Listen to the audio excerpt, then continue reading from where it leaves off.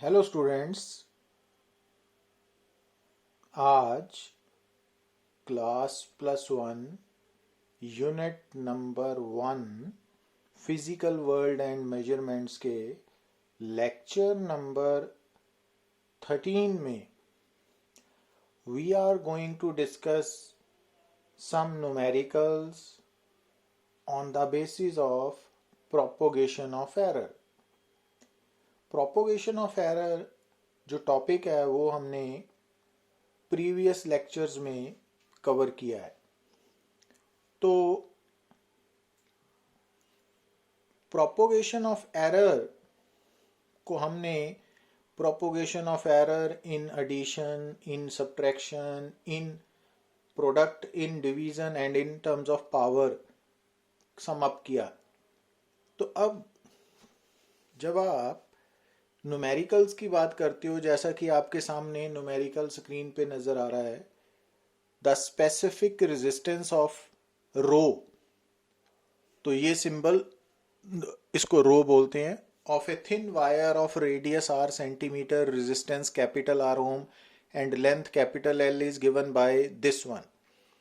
तो अब आपको जो लेंथ है उसकी वैल्यू गिवन है 78 प्लस माइनस एरर गिवन है 0.01 सेंटीमीटर। रेडियस की वैल्यू गिवन है 0.26 प्लस माइनस एरर गिवन है 0.02 centimetre. Resistance 32 plus minus error है 1 ओम।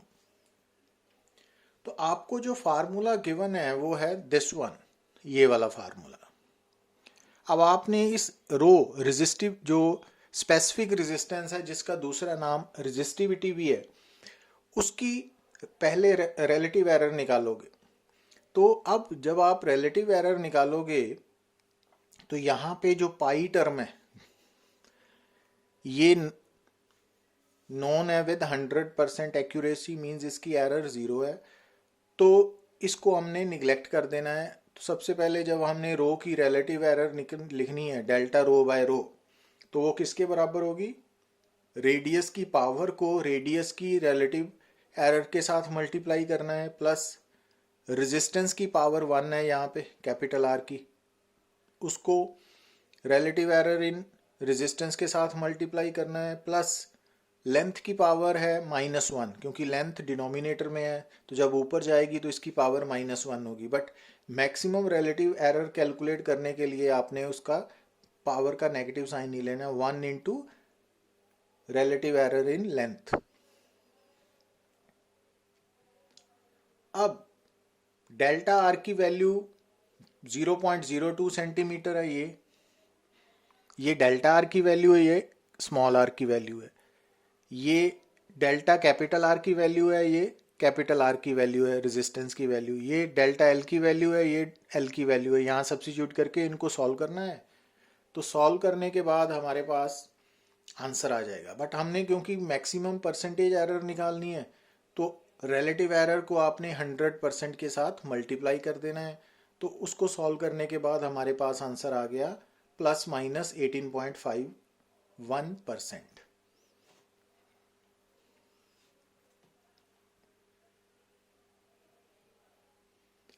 नेक्स्ट न्यूमेरिकल नंबर 2 में स्टेटमेंट गिवन है, the time period of oscillation of simple pendulum is given by capital T is equal to 2 pi under root L by g. What is the accuracy in the determination of small g? Accuracy in determination of small g calculate करने के लिए आपको percentage error in small g calculate करना पड़ेगा। और आपको given क्या है? इफ 10 सेंटीमीटर लेंथ, तो एल की वैल्यू है 10 centimetre known to 1 millimetre accuracy, तो एरर इन लेंथ है 1 millimetre. And 0.5 second time period is measured from time of 100 oscillations with a watch of 1 second resolution. तो time की error है 1 second, और ये टाइम नोट कितने के लिए हमने? 100 ऑसिलेशंस के लिए। और एक ऑसिलेशन के टाइम को हम बोलते हैं टाइम पीरियड। तो इट मींस सबसे पहले हम 100 ऑसिलेशंस का टाइम निकालेंगे। कैसे? 100 इंटू टाइम पीरियड। अब टाइम पीरियड 0.5 सेकेंड गिवन है, तो इट मींस जो 100 ऑसिलेशंस का टाइम है वो 50 सेकेंड आ गया, और एरर उसमें 1 सेकेंड की है, डेल्टा टी। अब क्योंकि जो टोटल टाइम है फॉर 100 ऑसिलेशन 100t, तो कैपिटल टी का फार्मूला हमें गिवन है 2 pi under root L by g, तो स्मॉल टी की वैल्यू होगी 200 pi into under root L by g. अब स्क्वेयरिंग बोथ साइड्स किया, स्क्वेयरिंग बोथ साइड्स करने के बाद स्मॉल जी की वैल्यू क्रॉस मल्टीप्लाई से निकाल ली, तो ये इक्वेशन बन गई। अब इस इक्वेशन में 200 स्क्वेयर पाई स्क्वेयर ये नंबर्स हैं नॉन विद 100% एक्यूरेसी, तो इनकी एरर नहीं है, तो इनको हमने छोड़ देना है। तो एल और टी स्क्वेयर बच गया। तो अब डेल्टा जी बाई जी कैसे लिखना है आपने, तो percentage error in small g लिखने के लिए delta g by g into 100% कर दिया। अब एल की पावर 1 है, तो 1 into percentage error in length plus time की पावर -2 है, क्योंकि टाइम डिनोमिनेटर में है ना, इसको ऊपर ले जाओगे तो पावर -2 हो जाएगी।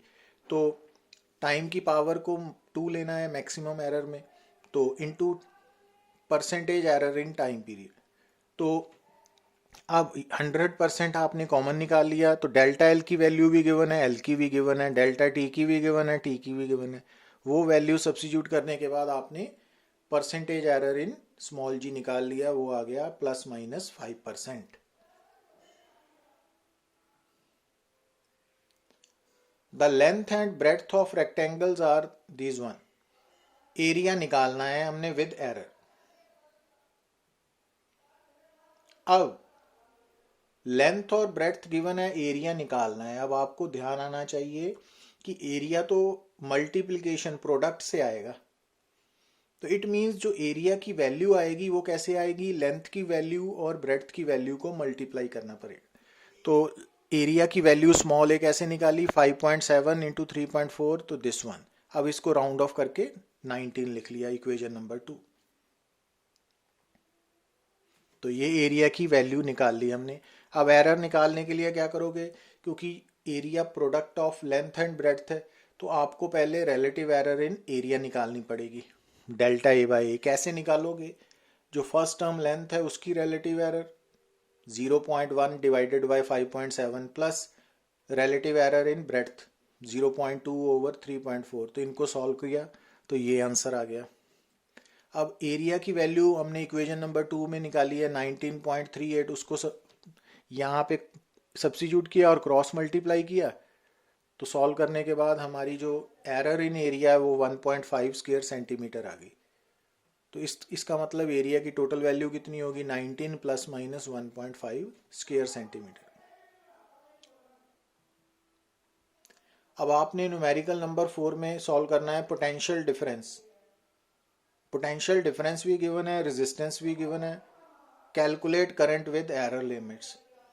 अब पोटेंशियल डिफरेंस गिवन है, रेजिस्टेंस भी गिवन है, तो करंट कैसे निकालना है, V बाय R। अब करंट की value potential difference divided by resistance आ रही है।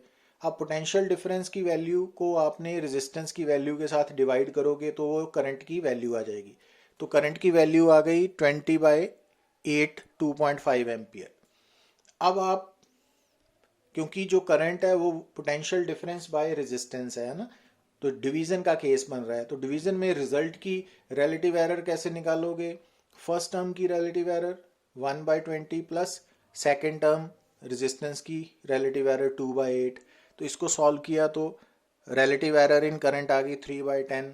अब करंट हम इक्वेशन नंबर 2 से निकाल चुके हैं 2.5 एम्पियर, उसको सब्स्टिट्यूट करके डेल्टा आई की वैल्यू आ गई 0.75 एम्पियर।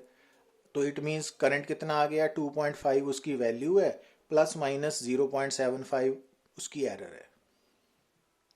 Thank you.